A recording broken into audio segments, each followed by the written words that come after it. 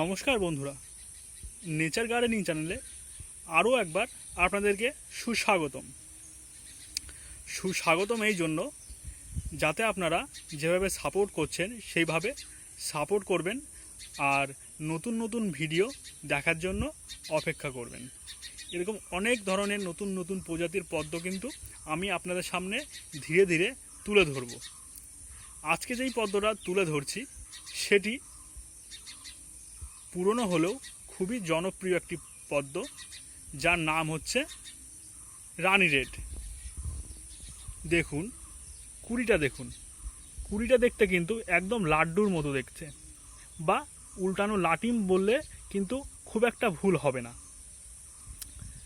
তো খুব সুন্দর এই ভ্যারাইটির পদ্মটা কিন্তু আমি আপনাদের সামনে তুলে ধরেছি। এটি একটি ট্রপিক্যাল ভ্যারাইটির পদ্ম, যেটি অনেক বড় কিন্তু ফুল দেয়।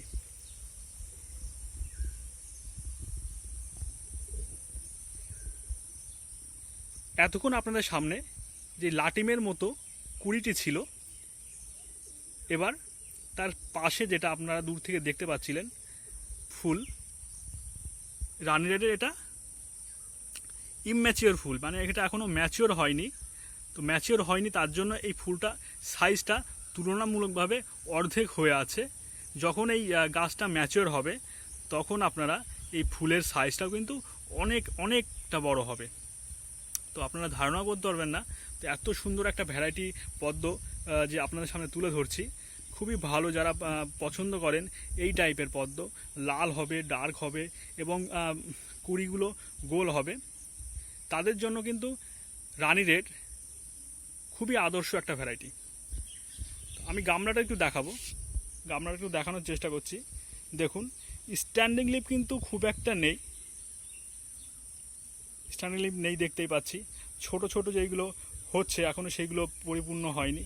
তো বিনা স্ট্যান্ডিং লিপে কিন্তু আমার দুটো কুড়ি হয়ে আছে, মানে একটা কুড়ি একটা ফুল কিন্তু ফুটে আছে। তো অবশ্যই এটা একটি ট্রপিক্যাল ভ্যারাইটির পদ্ম, যেটা খুব কম সময় প্রচুর ফুল দেয় এবং বিশেষ কোনো পরিচর্যার প্রয়োজন হয় না। অবশ্যই এই ভ্যারাইটি করতে গেলে বা যে কোনো পদ্ম করতে গেলে আপনাকে প্রথমে একটা গামলা প্রয়োজন। তো সবাই আগে বলতে চাই যে গামলা কিন্তু ভ্যারাইটির উপর নির্ভর করে, গামলার সাইজটাও কিন্তু ম্যাটার করে যে কেমন হবে। তো আজকে আমি যেই গামলাতে রানী রেডটা পটিং করা আছে সেই রানী রেডটার গামলার সাইজটা আপনাদেরকে বলছি।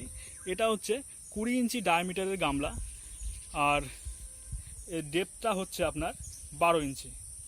তো 20 ইঞ্চি ডায়ামিটারের গামলায় 12 ইঞ্চি যে ডেপথ আছে, তার প্রথমে আমি 2.5 ইঞ্চি গোবর সার এবং তার উপরে 4.5 ইঞ্চি পুকুরের বোদ মাটি কিন্তু আমি দিয়েছি। দিয়ে 25 দিনের মাথায়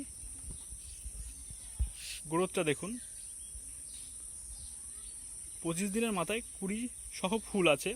আর যে পাতাগুলো দেখছেন একটু পুড়ে গেছে, সেগুলো হচ্ছে আপনার কিছুদিন আগে যে পরিমাণে হিট ছিল, মানে তাপমাত্রার জন্য এইগুলো পুড়ে গেছে, কিন্তু এইগুলো খুবই নর্মাল ব্যাপার।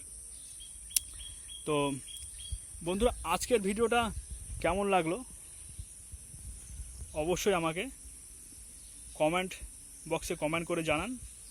ধন্যবাদ, সবাই ভালো থাকুন, সুস্থ থাকুন।